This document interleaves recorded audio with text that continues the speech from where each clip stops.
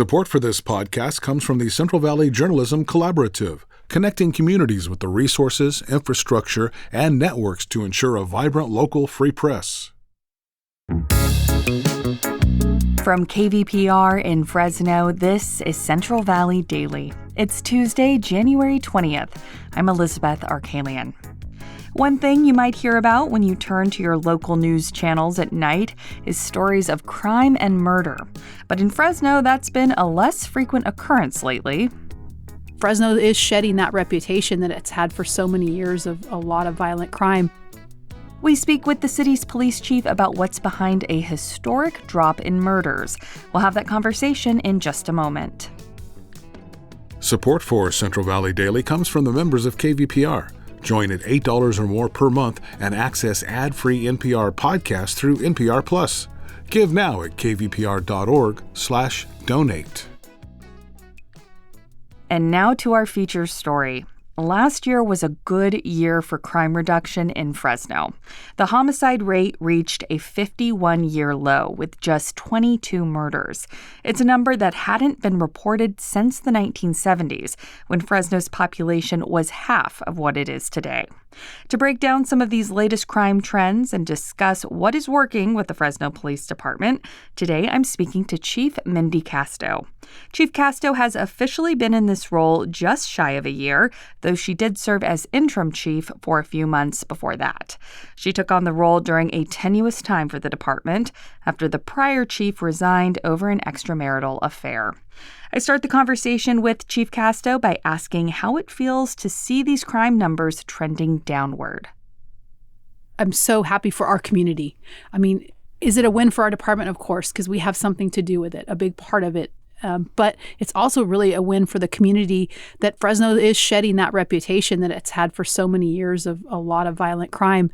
And it's easy to talk about the facts and figures and statistics because that's what we deal with. But we can't forget that every one of those numbers, 30 murders last year, 22 this year, represents a family that, lost a loved one, and the ripple effect through children and extended relatives and people who depended on that individual, or just those lives are irreplaceable to the people that love them. And, as we can drive these murder numbers down, that's that much less tragedy to the people in the community have to deal with. And those are hardships. Yeah, it does affect a lot of people. And like you say, the sense of place that we create here in the Valley. I'm curious if that decline in homicides is a result of a conscious effort your department made, or if this is just maybe a continuation of a trend. Perhaps you could provide some context. Yeah, some of our highest numbers for murders were in 2020 and 2021. We had 74 murders each of those years here in Fresno. And so this represents a 70% decrease from that recent high. And a 24% decrease from last year, 2024. But the truth is, there's a lot of hard work being done here, and we never rest on our laurels. We have to constantly be vigilant. We have to drive down shooting numbers because that drives down murder numbers. And if you can stop shootings and make arrests quickly by responding, serving search warrants, following up immediately on leads, you can prevent retaliatory shootings. And then that also lowers the murder numbers potentially, right? And we don't do it alone. We have Advanced Peace, who we've really learned how to work alongside them for the betterment of this community. And I mean, I wasn't a believer at first, but they've done a really good job. They work parallel to us. They don't provide us information. They go out and just intervene and prevent violence from happening. And sometimes that's all we need to prevent a tragic event, is just that disruption. So, and then I would be remiss if I didn't mention, nationwide, and actually I've also seen internationally, some of the lowest murder numbers in some of our major cities reported for 2025. So I think there was a pause in the criminal justice system during all the COVID response, and that pause has ended, and now we're fully functioning again too. So some accountability is back in the picture.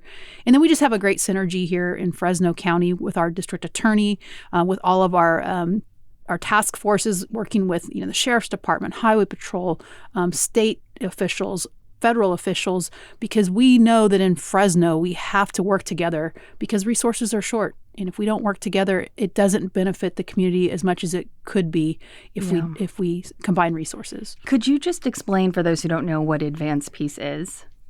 Well, let me see. I haven't read a textbook definition in a while, but essentially it's a community group, and they're funded through Fresno County EOC right now. And it's individuals who've been arrested or have a past, so they have something that they can draw on experience, and they're reformed their lives, and they're out there trying to reach out to particularly younger people, not just younger people, and trying to get them to change their ways, offer them a path out of gang membership, out of violence, so that they can better themselves and their entire community. And one of the ways they do that is focusing on the individual, but also the violence disruption, which is the big part for us. But they kind of serve two roles, helping to get people out of that lifestyle and then helping to disrupt violence. Speaking of which, I'm not sure how specifically linked that is to gang activity, but a lot of the shootings I read were linked to gang activity. So clearly we've seen a decrease in that if we're seeing a decrease in these shootings, right? For murders, last year we had 30 murders, and I want to say 11 of those were gang-related murders, and this year we had only 9, and those are murders. So those are smaller overall numbers, but those mean a big deal. And then, just our gang shootings have been reduced 85% since those highs, I think 2020, that we had of shootings of 732 shootings that year.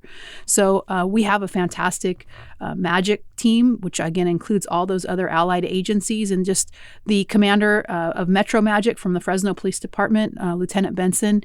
He's well known in the community, and they're just doing things differently. They're making connections out there, communicating with people. When we know violence is afoot, we get involved, we intervene, we talk to people, and he's really going to leave a legacy behind in MAGIC in making those relationships of trust and people out there, not necessarily all on the right path, but pretty much nobody wants to be the victim of a crime. So it really has served us well to work with those people and develop some type of a professional relationship. And with the homicides that are still happening in Fresno, is the Fresno Police Department able to solve those murders? Yes, that's so preventing is obviously number one. Preservation of life, our top priority. But we have been able to solve a large number of our murders. Our clearance rate percentage this year was 105%, but that included some cases solved from previous years. We have a couple cases that we haven't closed from 2025, but they're well on their way to also being solved, and they'll count for next year's percentage. I'm curious to drill down a little bit into the techniques that the police department uses because, we've got this 50-year low homicide rate, which is remarkable, even more so when you factor in that Fresno has grown so much in the last 50 years. So we're the state's 5th largest city, more than 500,000 people. What specifically is the department doing to serve such an evolving community? It's multiple parts. Again, it's some of the community outreach, the things that we've already talked about, but really in getting in the middle of these shootings and murders and getting to the bottom of them to prevent further retaliatory violence is technology. And we have so many of our younger detectives that have just taken to that like a duck to water. The agency, the city, our electeds, they really help us to invest heavily in technology in this city. Our license plate readers, which are controversial to some people, but for us, it's just so matter of fact. They really help us solve violent crime. They help us with our number one priority of preservation of life. Our shot spotter, we received several of our gunshot calls this year. We never received a call for service from a person. We simply responded to the gunshot detection alert and to find a victim there. So they allow us to help preserve life in that regard too. And we have so much technology going on. The video cameras. We have this year, we just were approved by council to purchase drones as first responders, which will be another, just the next generation in technology and solving, investigating, and preventing crime out there in the streets. And of course, I have to ask about critics as well, because there is a segment of the population that feels the police are maybe too present, especially when it comes to cases of the unhoused. Has Fresno's anti-camping ordinance increased your department's presence at homeless sites? We've had a long-term team that addresses homelessness specifically, and they team up. It's the homeless assistance response team, and there's a PD component, but there's also the services component and civilians that go out and help to offer services and things like that.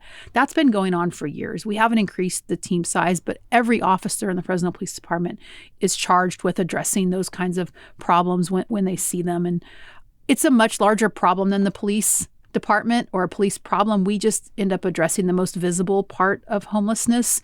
And we do our very best because we don't want people to be afraid. Sometimes, depending on how the conduct of a homeless person, it can cause fear. And we don't want that. But we also anytime we encounter homeless individuals and the encampment issues or the arrest issues for the anti-camping ordinance, we're offering services. And I know that the city, outside of the police department, has invested heavily in beds. And we have some other nonprofit organizations that support as well. And will it ever be enough? I don't know. But at the police department, I have to focus on what can we control and what can we do. We go out and address folks, try not to let an encampment become a nuisance.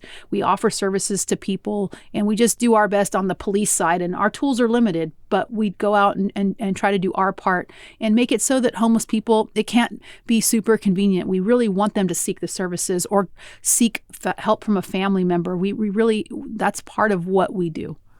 That sort of community engagement aspect. When it comes to the anti-camping ordinance that the city passed in 2024, so you're saying the police department has not increased police being allocated to camping sites since that ordinance, or is it just part of the job? On occasion, it is part of the job. It's been part of the job for years. The anti-camping ordinance has helped us to address chronic homelessness. And I'm speaking anecdotally here, but we're down to pretty much the people out there right now on the streets are choosing to be there, and they're a little more difficult to deal with. They're facing greater, mental health issues or addiction issues, and they're a little bit more tough for us to deal with. But we just make sure that people who are out there who want the help are getting offered the help, and that's really most important to us. With the homicide rate so low at this point, this 50-year low, I'm curious, what are your officers going to focus on? Is the goal to keep that record low, or are you going to put more energy into unhoused people? Is that where your focus goes, or what are the priorities? It is another good question. And our priorities last year I talked about, and I don't think that we need to change them this year because there's still much work to be done. Number one is maintain those violent crime reductions. So do we need perhaps as many resources because we're not having 732 shootings directed in that area? Possibly not, but we cannot let our foot off the gas either because it will rear back up if we don't stay on top of it. The other thing is I say we're really good at emergencies and in progress calls like a robbery or something like that here and a quick response for emergencies, but we're not so good at some of the non-emergency service related. And that's still something I want to focus on. We focused on it last year. We did improve our response time significantly on some of our non-emergency 2 priority calls, which would be like a prior burglary, things like that. We have had good improvements, but there's so much more work to be done. And then just the quality of life issues, the homelessness issue, nobody wants that in their neighborhood and nobody should feel afraid. I mean, it's something that we have to deal with. It's a societal problem, but our job is to try to keep people from feeling as if they're unsafe. And that's what we focus on. And so, yeah, we have to keep our foot on the gas on crime because that is our primary role, safety. But providing better service also makes people feel safer. Most people in Fresno aren't going to be touched by violent crime, but they are going to have potentially a car stolen or a business or a home burglarized. And we're focusing on providing better service so people feel safer, that they don't have to wait for 2 days for an officer to show up. And that's happened. And it's not something we're proud of, but the city is very busy. I mean, we get over 1 million 911 calls into our communications center every year. That was my conversation with Fresno City Police Chief Mindy Casto. During the conversation, given the current state of immigration actions across the country, I also asked Chief Casto about the department's relationship with federal immigration authorities. She said the Fresno Police Department and Immigration and Customs Enforcement do not cross over at all, but she added that the Fresno Police would not obstruct federal immigration operations. And that is today's show. Today's episode was produced by Jonathan Linden and KVPR with support from the Central Valley Journalism Collaborative. I'm Elizabeth Arkalian. Find the latest local news anytime at kvpr.org.